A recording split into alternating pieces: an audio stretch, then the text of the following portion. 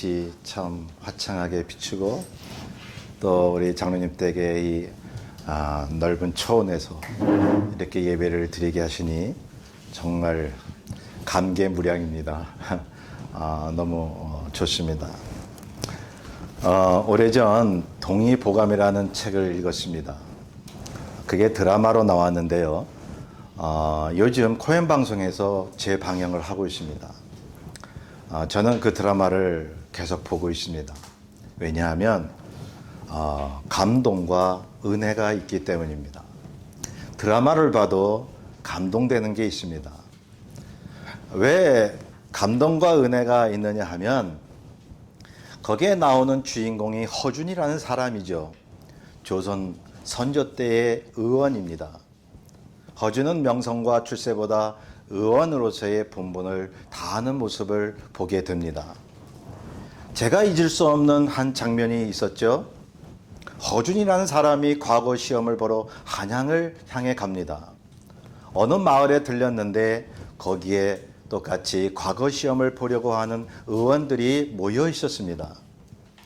그런데 그 마을에는 병자가 많았는데요. 그 병자들이 모여 있는 사람들이 의원인 줄 알고 제발 자기들을 치료해 달라고, 제발 자기들을 좀 살려달라고 애걸복걸을 하는 것이었습니다. 그런데 의원들이 생각을 하니까 지체하다가 과거 시험을 놓치게 되거든요. 어쩌다 한번 있는 이 과거 시험, 출세의 기회를 놓칠세라 모질게도 의원들은 병자를 뿌리치고 한양을 향해서 가게 됩니다. 그런데 허준은 차마 떠날 수가 없었습니다. 며칠을 그 마을에 기거했다가는 어쩌다 한번 있는 그 과거 시험, 그 출세할 기회를 놓칠 수 있음에도 불구하고 마을에 남아 환자들을 돌보고 있었습니다. 결국 과거 시험을 놓치게 되고 마음이 참 안타까웠지만 그러나 허준은 후회하지 않습니다. 왜냐하면 명성과 출세보다는 의원으로서의 본분이 더 중요했기 때문입니다. 제가 감동이 됐어요. 은혜를 받았습니다. 왜냐하면 모든 신앙인들이 어떠해야 하며 특히 목회자인 제가 어떤 생각으로 사역을 해야 되는지를 드라마를 통해서 다시 한번 배우게 됩니다. 목사의 직책이 무엇인가? 그냥 목사라는 타이틀 때문에 목회를 하는 것인가? 지위와 명성을 위해서 목사라는 타이틀을 가지고 있는 것인가? 목사를 위한 목사가 되지는 않았던가? 그렇게 자성하는 순간이 되었습니다. 타이틀 이전에 하나님 앞에 한 마리의 양이 된다는 것을 모든 크리스천들이 알았다면 말씀을 들고 한 영혼을 치유하고 그들을 위해서 기도하는 것이 목회자뿐만 아니라 모든 그리스도인들의 본분이 되어야 하지 않을까요? 우리가 잘 먹고 잘 살려고 예수 믿은 거 아니잖아요? 그러기에 모든 신앙인들은 이런 관심을 갖고 사는 것입니다. 첫째로 주님이 가지셨던 관심을 가지고 사는 것입니다. 주님의 관심이 뭘까? 두 번째로 그리스도인이 삶의 프라이어리티가 무엇인가를 늘 생각하며 살아야 한다는 것이죠. 세 번째로 어떤 일들이 발생했을 때에 그 일들 속에서 과연 신앙의 의미가 무엇인가를 먼저 생각하는 크리스찬이 됐으면 합니다. 우리가 믿는 하나님은 과연 무엇에 가장 관심을 갖고 계실까요? 저는 그렇게 믿습니다. 예수 그리스도의 십자가 복음을 증거하는 것입니다. 하나님의 나라를 세우는 것입니다. 본문에 보면요, 바울이 지금 로마 감옥에 갇혀 있는 상태입니다. 12절에 보면 내가 당한 일이라고 말하고 있습니다. 복음을 증거하다가 투옥되어 있는 그러한 상황입니다. 그렇게도 로마에 가기를 원했는데 바울은 로마에 가서 복음을 증거하다가 투옥이 되게 됩니다. 자, 바울이 이렇게 감옥에서 고생을 하고 있다고 사람들이 듣지 않겠습니까? 어떻게 보면 복음의 선구자 바울의 사역이 끝나버린 것 같습니다. 이제 감옥에서 죽음만 기다리는 것 같은 상황입니다.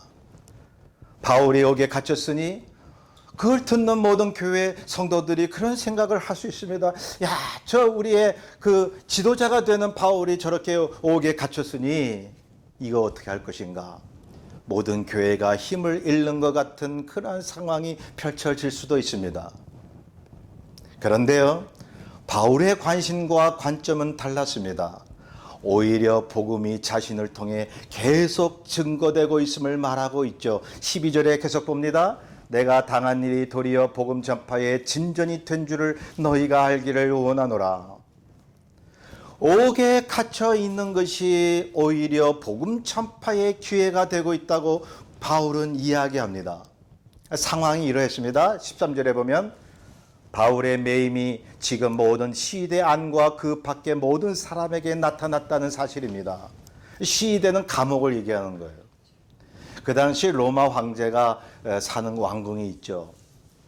그 가이사의 집안에 많은 사람이 살았습니다. 가이사 황제가 자신의 안전을 위해서 자신을 지지하는 사람들이 살 수 있도록 특정 지구를 만들었습니다. 지역을 만들어서 그 사람들을 거기에 살게 했습니다. 그리고 또한 그 안에 시위대 안에 감금소가 있습니다. 잘못한 사람들은 거기에 감금을 했던 것입니다. 바울이 거기에 감금되어 있습니다. 그런데 감금되어 있다고 해서 그냥 아무도 못 만나고 그냥 감옥에만 있는 것이 아닙니다. 어느 정도 사람을 만날 수 있는 재량을 허락했습니다.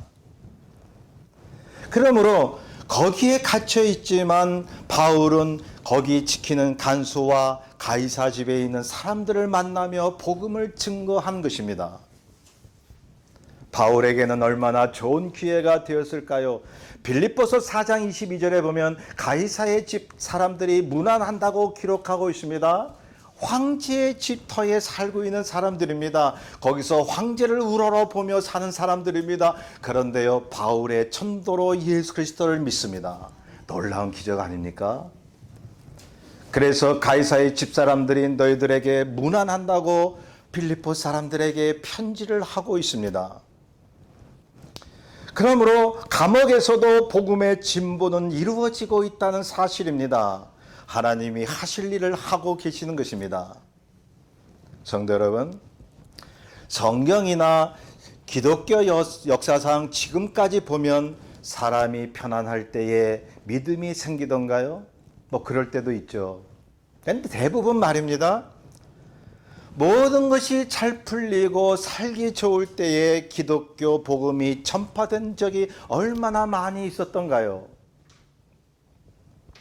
우리가요, 일이 잘 돼가지고 기분 좋아가지고 그러면 믿음이 좀 이렇게 많이 생겨날 수 있어요. 야, 하나님의 일을 많이 해야 되겠다. 기분 좋으면 그럴 수 있죠.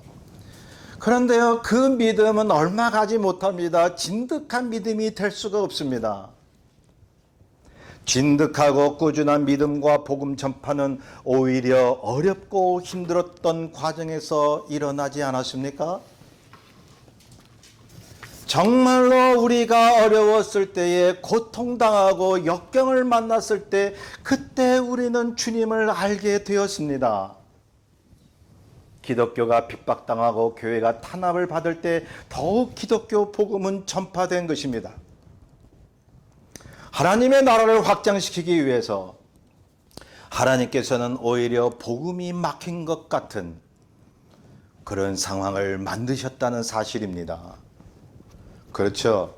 우리 생각과 하나님 생각은 다른 것 같아요. 뭐 여건이 잘 되고 전도하기 참 좋은 여건이고 그러면 교회도 잘 세워지고 믿음 생활도 잘 되고 그런 생각을 할 수가 있어요. 그런데 하나님의 생각과 우리의 생각이 틀릴 적이 얼마나 많이 있나요?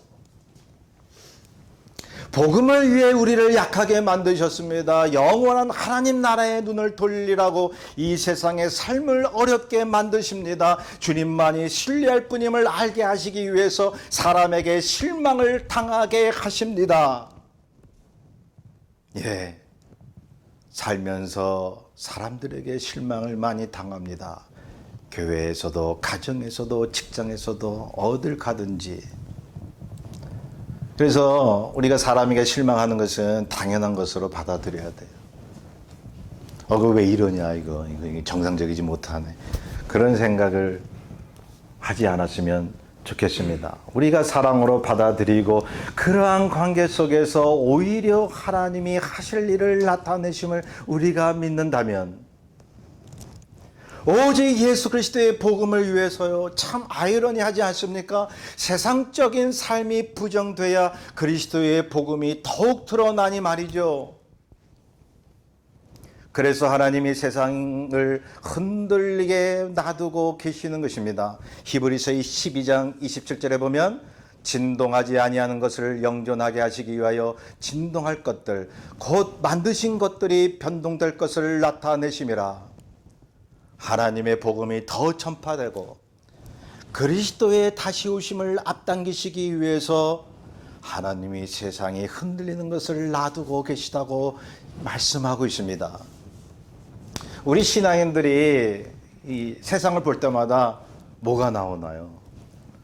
한숨 나올 때가 많아요. 어찌할꼬 정치 보고 경제 이렇게 보더라도 참 어찌할꼬 사람들을 봐도 참 왜 사람은 저럴꼬. 그런데 우리가 살아오면서 정치나 경제나 사람들의 윤리의식이나 어느 하나 흔들리지 않는 게 없습니다. 왜요? 성경이 그렇게 말씀하고 있어요. 그런데 보십시오. 주님이 우리를 그렇게 한숨 나오게 만드신다는 생각은 안 해보셨습니까? 그런데 복음이라는 게 말이죠. 이런 거예요. 한숨을 쉬면 쉴수록 세상에 절망하면 절망할수록 소망의 기쁨이 있다는 거예요. 그렇지 않겠어요? 하나의 촛불이 있으면 말이죠. 주변이 환하면 촛불에 진가가 없어요. 어두워져야 촛불의 진가가 나타나는 거죠. 그래서 우리가 이 땅에 사는 동안 최대의 관심을 복음과 하나님 나라에 있게 하시는 것입니다. 이것이 우리 신앙인들의 본분인 것입니다. 주님의 관심으로 우리의 삶을 봐야 됩니다. 그러면 모든 게 긍정적일 수밖에 없는 것입니다. 바울을 보십시오. 그는 학자였습니다. 요즘 말하면 박사학위 몇 개쯤 가진 아주 참으로 모든 사람들이 우러러볼 그러한 학자였던 것이죠. 사회적 지위와 종교적 지위가 뛰어났었습니다. 그런 상태에서 감옥에 갇혀 보십시오. 이제 모든 것이 끝났구나. 나의 명성과 지위가 다 끝났구나. 라고 실망하지 않겠습니까? 그런데 그가 주님을 만난 후에 삶에 대한 관심이 180도 바뀌어져 버렸던 것입니다. 오직 그리스도의 복음 전파, 그의 관심은 이것밖에 없었습니다. 그러니 자신이 감옥에 있는 것을 아주 긍정적으로 보고 있는 것입니다. 왜요? 주변에 복음 전할 사람들이 많이 있다는 거예요. 이게 웬 떡이야? 예? 한마디 얘기하면, 야, 내가 이렇게 감옥에 갇혀 있어도 이렇게 간수들이 사람 만날 수 있는 그런 시간을 주니 얼마나 감사하고, 그 기회를 통해서 내가 복음을 증거하니 얼마나 감사한가. 그는 감옥에 있는 것을 굉장히 기뻐한다고 말씀하고 있습니다. 그것을 하려고 바울은 빌립보 교인들에게 편지를 쓰고 있는 것이죠. 나의 매임이 가이사 집안의 사람들에게 복음을 증거할 수 있는 그 좋은 기회예요. 왜 바울이 3차 여행을 끝나기까지 로마에 가기를 그렇게 원했습니까? 예, 그 황제에게 복음 증거하기 위해서요. 로마를 바꾸기 위해서요. 그러니 이게 소문이 나지 않겠어요? 그 가이사 집에서 복음이 증거되고 그것이 그 황제의 귀에 들어가지 않겠어요? 나중에 먼 훗날 로마는 기독교를 국교로 정해버립니다. 놀라운 하나님의 역사인 것입니다. 자, 그러는 가운데 바울에게 이런 소식이 들렸습니다. 14절에 보시면 두 그룹이 나옵니다. A라는 그룹은 바울을 사랑하고 신뢰했습니다. 야, 바울이 옥에 갇혔다고요? 야, 어떡하나? 그러나 우리가 이럴수록 더욱 믿음으로 다져야 합니다. 이럴수록 복음을 증거해야 합니다 하면서 바울의 뒤를 따르겠다며 열심히 복음을 증거한 그룹이 있었습니다. 바울을 따르며 사랑했던 그룹이었습니다. 그런데 B그룹이 있었습니다. 이 그룹도 열심히 예수 그리스도의 복음을 증거합니다. 그런데요, 동기가 달랐습니다. 바울을 못마땅하게 생각하는 신앙인들이었습니다. 왜 바울을 못마땅하게 생각을 했을까요? 바울이 대단한 영향력을 미친다고 생각을 하니까 그 당시에 시기했던 것입니다. 같은 신앙인이면서도 저 교회가 열심히 전도해서 잘되고 부흥하더라 시기하는 것과 같은 것입니다. 사람 심리는 똑같죠. 그때나 지금이나. 오늘날로 말하면 교파 싸움하는 것과 같습니다. 자신들의 교세를 확장시키기 위해서 다투듯이. 그래서 오늘날 각국에 우리 한국 선교사님들이 나가 계신데요. 교파와 상관없이 열심히 복음을 위해서 선교하는 아주 순수한 선교사님들도 계십니다. 그런데 복음보다는 교세 확장과 주도권을 위해서 선교하는 분들이 간혹 있는 것을 저는 보았습니다. 그래서 본문 15절에 바울이 말한 것입니다. 어떤 이들은 투기와 분쟁으로, 어떤 이들은 착한 뜻으로 그리스도를 전파하니, 우리가 복음을 증거하더라도 우리는 하나야, 그리스도 안에서 우리는 형제 자매야 하면서 어느 교회가 부흥해도 축복해주고, 그리고 어떤 사람이 잘돼도 잘됐다고 박수 쳐주고 그렇게 해야 하거늘 17절과 같이 바울을 더 괴롭게 하려고 순수하지 못하게 다툼으로 그리스도를 전파하는 사람들이 있었다는 것입니다. 경쟁과 명성을 위해 그들의 교세와 교회의 확장을 위해 싸우듯이 복음을 증거한다면 과연 그게 주님께서 기뻐하실까요? 이분들은 복음보다 자신의 교단, 교회를 더 중요시하지 않나요? 참으로 웃을 일 아닙니까? 그 사람들도 거듭난 그리스도인이라고 하는 것입니다. 참 안타깝죠. 복음 전도하는 것이 자기 교회 교단을 위해서 하니 말이죠. 마치 동의보감 소설에 나오는 환자를 버리고 과거 시험에 집착하는 의원들과도 같은 것입니다. 자신의 참다운 본분을 잃어버린 것입니다. 그런데요, 이것이 본문이 이야기하는 포인트가 아닙니다. 중요한 것이 더 있습니다. 본문에 나타난 바울의 관심을 보십시오. 여러분들은 알아차릴 거예요. 바울이 여기에 대해서 뭐라고 평가하는지. 정말로 바울이 이들을 보는 관점이 달랐습니다. 다투어 복음을 전하는 것 자체를 바울이 이쁘게 봐줬다는 말이 아닙니다. 우리는 동기가 순수하지 못한 복음 전도에 비판 의식이 있어야 됩니다. 나무래야 합니다. 그런데요, 여기 보면 바울은 부정적인 것 속에서 아주 긍정적인 면을 봅니다. 그는 이렇게 말합니다. 전파되는 것은 그리스도니. 이쯤 되면 바울의 최대 관심이 어디 있는지를 우리가 잘 알 수 있잖아요. 그의 외침을 보세요. 18절에 거칠애로 하나 참으로 하나 무슨 방도로 하든지 전파되는 것은 그리스도니 이로써 나는 기뻐하고 또한 기뻐하리라. 그래서 이제 이 본문을 보고도 이런 생각을 했어요.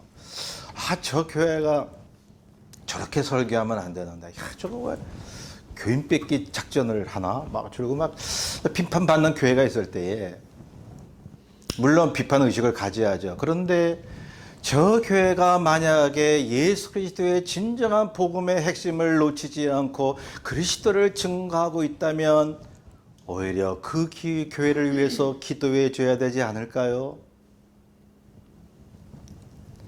거칠애로 하나 어떤 방법으로 하나 전파되는 것이 그리스도라면 그들을 위해서 박수 쳐주고 기도해야 되지 않을까요? 교세 싸움을 위해 복음 증거하는 것에 대한 안타까움보다는 어떤 방법으로든 그리스도가 전파된다는 그 기쁨이 바울에게는 더 컸던 것입니다. 이것이 모든 크리스천들의 본분이고 최대 관심이 되어야 되지 않을까요? 자신이 매여 있던 복음 전파를 교세 확장을 위해 하든 선한 마음으로 하든 전파되는 것은 그리스도니, 그렇게도 바울은 기뻐하고 있습니다. 성도 여러분, 우리가 오직 그리스도의 복음 전파에 복음 본분을 다하고 있다면 슬퍼하고 비판할 일보다는 기뻐해야 할 일이 더 많지 않을까요? 왜냐하면 좀 부정적이고 열악한 상황 가운데서도 주님의 성령을 통한 하나님의 사건을 우리는 충분히 볼 수가 있기 때문입니다. 제가 아는 이규환 선교사님이 계셨죠. 제가 한국에 있을 때 자주 뵀던 선교사님인데, 이분은 당시에 동남아시아 어느 지역에서 열심히 선교를 하고 계셨습니다. 그 선교사님의 친형 부부도 선교사님이셨습니다. 선교사 집안이셨어요. 그러니 그 어머니도 참 대단하지 않습니까? 그런데 안타깝게도 이 선교사님 친형 부부가 선교하다가 교통사고로 목숨을 잃고 맙니다. 그래서 이 규환 선교사님은 그 형의 어린 딸을 데려다가 양녀로 삼습니다. 그리고 선교 활동을 계속해 나가게 됩니다. 저는 그 어머니를 뵀었습니다. 그 어머니 마음이 얼마나 아팠겠습니까? 얼마나 참 자식을 잃는 그 아픔이 상상도 못할 것입니다. 그런데 제가 그 어머니를 가만히 보니까 그 마음의 슬픔보다는 더 크게 지배하고 있는 것이 하나가 있었습니다. 선교의 열정이었습니다. 자기 큰아들이 그렇게 갔지만 하나님 일 하다가 그렇게 갔는데 마음은 아프지만 애이지만 그러나 하나님께서 내 작은 아들을 통해서 선교로 함께 하십니다. 또 제가 아는 강성진 선교사님이 계십니다. 이분은 아프리카 케냐에서 선교를 하고 계시는데 선교 중에 그 사모님이 사고로 돌아가셨습니다. 참 이분들 얼마나 마음이 아프시고 절망스러울까요? 하나님의 일을 하는데 왜 가족이나 배우자를 데려가시는가? 저는 이분을 강 선교사님을 가만히 눈여겨보았습니다. 그런데 그분이 마음속에는 선교에 대한 관심이 식지 않았습니다. 주님에 대한 원망도 없었습니다. 왜요? 신앙인의 본분을 잃지 않았기 때문입니다. 주님의 관심을 가지고 그분이 살기 때문에 그런 것입니다. 저는 그분들을 통해서 주님의 모습을 봤어요. 저는 가끔 이런 생각을 해본 적이 있습니다. 정말 예수 믿는다는 것이 뭘까? 전 자주 생각해요. 정말 예수 믿는다는 것이 뭘까? 과연 그리스도의 복음이라는 게 세상 모든 것 다 버리고 따를 만큼 가치가 있는 것일까? 저의 결론은 그렇다입니다. 모든 만물을 지으시고 주관하시는 분, 인간이 자신의 죄를 해결할 수 없어서 절망뿐인 것을 아시고 주 예수 그리스도의 십자가 보혈로 그 사랑으로 우리를 사해 주시고 구원하신 분, 영원하신 분, 저에게는 40년 전 제 암병을 고쳐주시고 마음의 평강으로 온 가족을 구원해 주신 분, 저는 그분의 음성을 똑똑히 들었습니다. 이것이 우리가 복음 전도에 대해 최대 관심을 가질 수밖에 없는 이유가 되는 것입니다. 성도 여러분, 우리의 삶이 형통하든 장애물이 많든 주님이 그걸 허락하셔서 믿음과 복음의 증거의 기회로 삼으신다는 것을 믿으십니까? 보험사가 감사한 거죠. 그 믿음이 있으면. 여기 계신 분들 중에는요, 제가 노냥 그런 생각을 해요. 참으로 힘든 과정을 살아오셨구나, 저분들은. 그런데 저는 그분들을 볼 때마다 이런 생각이 들어요. 참으로 주님께서 그분들을 사랑하시는구나. 그분들을 통해서 그리스도가 나타나는구나. 그분보다는 그분 안에 있는 그리스도가 제 눈안에 비춰집니다. 그리스도 안에서 견뎌오신 그 삶을 저는 존경합니다. 저와 여러분은 어떤 상황에 놓였든 간에 헛된 인생을 살고 있지 않습니다. 여전히 우리를 통해 복음 전파에 진전이 있기 때문입니다. 주님이 이루고 계십니다. 빌립보서 1장 6절에 말씀합니다. 너희 안에 착한 일을 시작하신 이가 그리스도의 예수의 날까지 이루실 줄을 우리가 확신하노라. 오직 주님의 십자가 은혜를 전파하는 것에 온 힘을 다하심으로 말미암아 후에 주님께 칭찬받는 저와 여러분 되시기를 주의 이름으로 축원합니다. 우리의 뜻을 잘 생각하면서 찬송가 505장 찬송합니다.